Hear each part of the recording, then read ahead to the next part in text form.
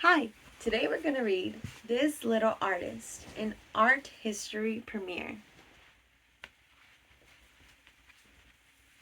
Painting, shaping, making art with creative joy, hands, and heart.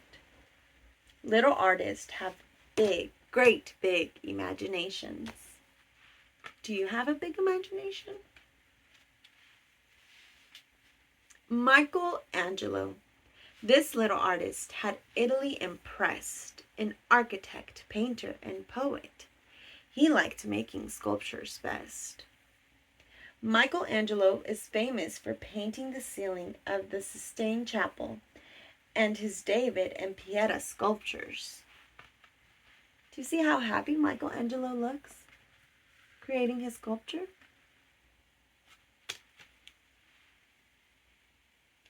Mary Cassatt. This little artist chose to portray moms and their kids at home and at play. Mary Cassatt painted tender, loving moments in the everyday lives of women and children, which was an unusual subject in the late 1800s. How beautiful is that painting of the baby leaning onto his mama? Vincent van Gogh. This little artist painted pictures of his face, a starry, starry night, and sunflowers in a vase. Vincent van Gogh applied thick paint with wild brush strokes to show his feelings.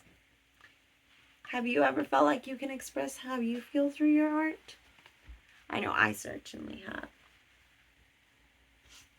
Pablo Picasso. This little artist made blue art for a while, switched to rosy colors, then painted Cubist style. Pablo Picasso and Georges Braque began the Cubism art movement, showing objects broken into angled shapes. Look how interesting that art looks. You have all these different shapes that come together to make something. Georgia O'Keeffe. This little artist painted very large flowers, animal skulls, and skyscraping towers. Georgia O'Keeffe sat in her car or camped in a tent to keep away from bugs and the hot sun while painting nature in New Mexico.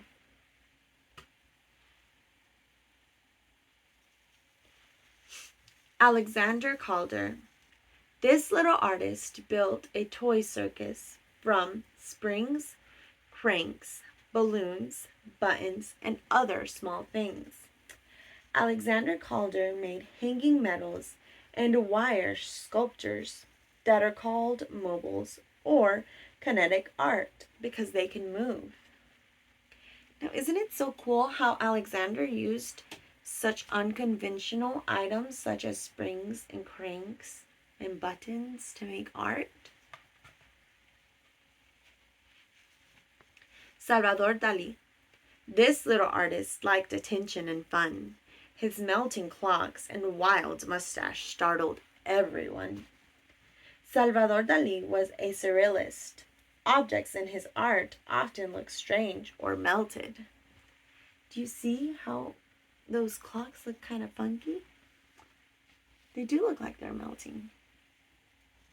And look at that mustache.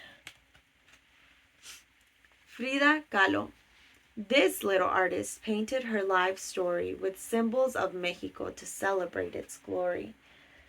Frida Kahlo was often ill in bed, where she would paint with a special easel.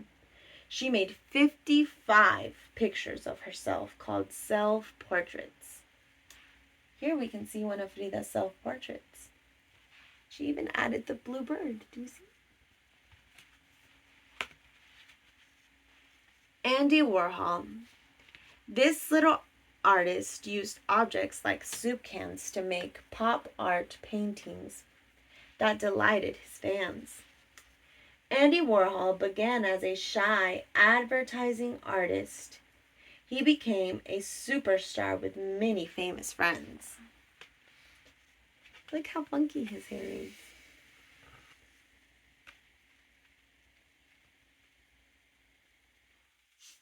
Jean-Michel Basquiat. This little artist was a great poet too.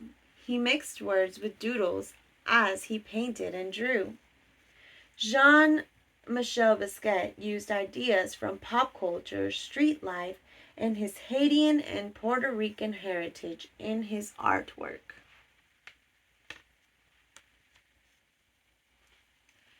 Crayons, paper, paint, or clay. What will you use to make art today? Look at all the other different artists that have made history. And do you see who the last one is? It's you.